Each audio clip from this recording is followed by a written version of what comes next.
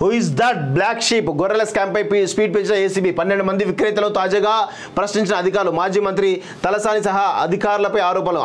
డబ్బులు ఇమ్మంటే బెదిరిస్తున్నారని ఆవేదన. 2 ఆఫీసర్లు కాంట్రాక్టర్ త్వరలో నోటీసులు అంటూ ఒకరు ఇచ్చినాం. ఏం లేదు, ఇదంతా కూడా తలసాని శ్రీనివాస్ యాదవ్ వాళ్ళ కొడుకు సాయి యాదవ్ ఉన్నాడు కదా, ఆయన మెడ చుట్టే తిరగాలి వాస్తవం. ఎందుకంటే ఆయననే ప్రధానమైనటువంటి స్కామ్స్టర్. ఆయన మెడ చుట్టే తిరగాలి వాస్తవం చెప్పాలంటే. తలసాని శ్రీనివాస్ యాదవ్, ఆయన కొడుకు తలసాని సాయి యాదవ్ ఇద్దరి మెడకు ఈరోజు గొర్రెల స్కామ్ పెద్ద ఎత్తున ఈరోజు చుట్టుకుంటా ఉన్నది. గత ప్రభుత్వ హయాంలో అసలు విషయం ఏంది, ఒక బైక్ మీద అట 126 గొర్రెలు తరలించి బిల్లు తీసుకున్నట్ట. 64 కోట్ల రూపాయల బిల్లులు ఎత్తిరట.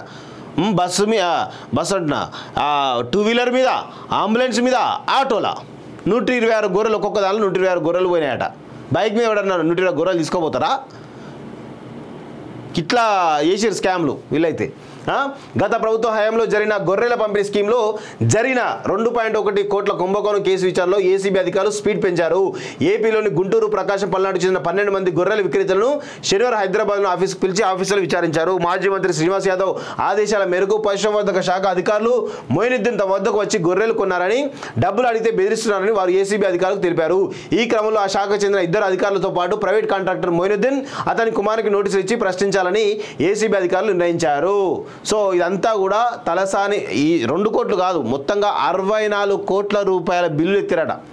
ఏది తరలించరని చెప్పేసి, బైక్ పైన తరలించడం అటు ఇటు అని చెప్పేసి నెంబర్లు వేసేసి 64 కోట్ల రూపాయల బిల్లు ఎత్తిరట. ఇదంతా కూడా కేవలం తలసాని శ్రీనివాస్ యాదవ్, ఆయన కొడుకు తలసాని సాయి యాదవ్ ఈరోజు వాళ్ళ నేతృత్వంలోనే ఈ స్కామ్ జరిగిందని స్పష్టంగా తెలుస్తూ ఉంది. వాళ్ళ మెడకే ఇదంతా చుట్టాలి వాస్తవంగా. కానీ రేవంత్ రెడ్డికి ఆ చిత్తశుద్ధి ఉందా? ఎందుకంటే టీడీపీ బ్యాచ్ కంటే వీళ్ళకు బాగా రిలేషన్స్ ఉంటాయి. మరి ఏం చేస్తారో చూడాలి.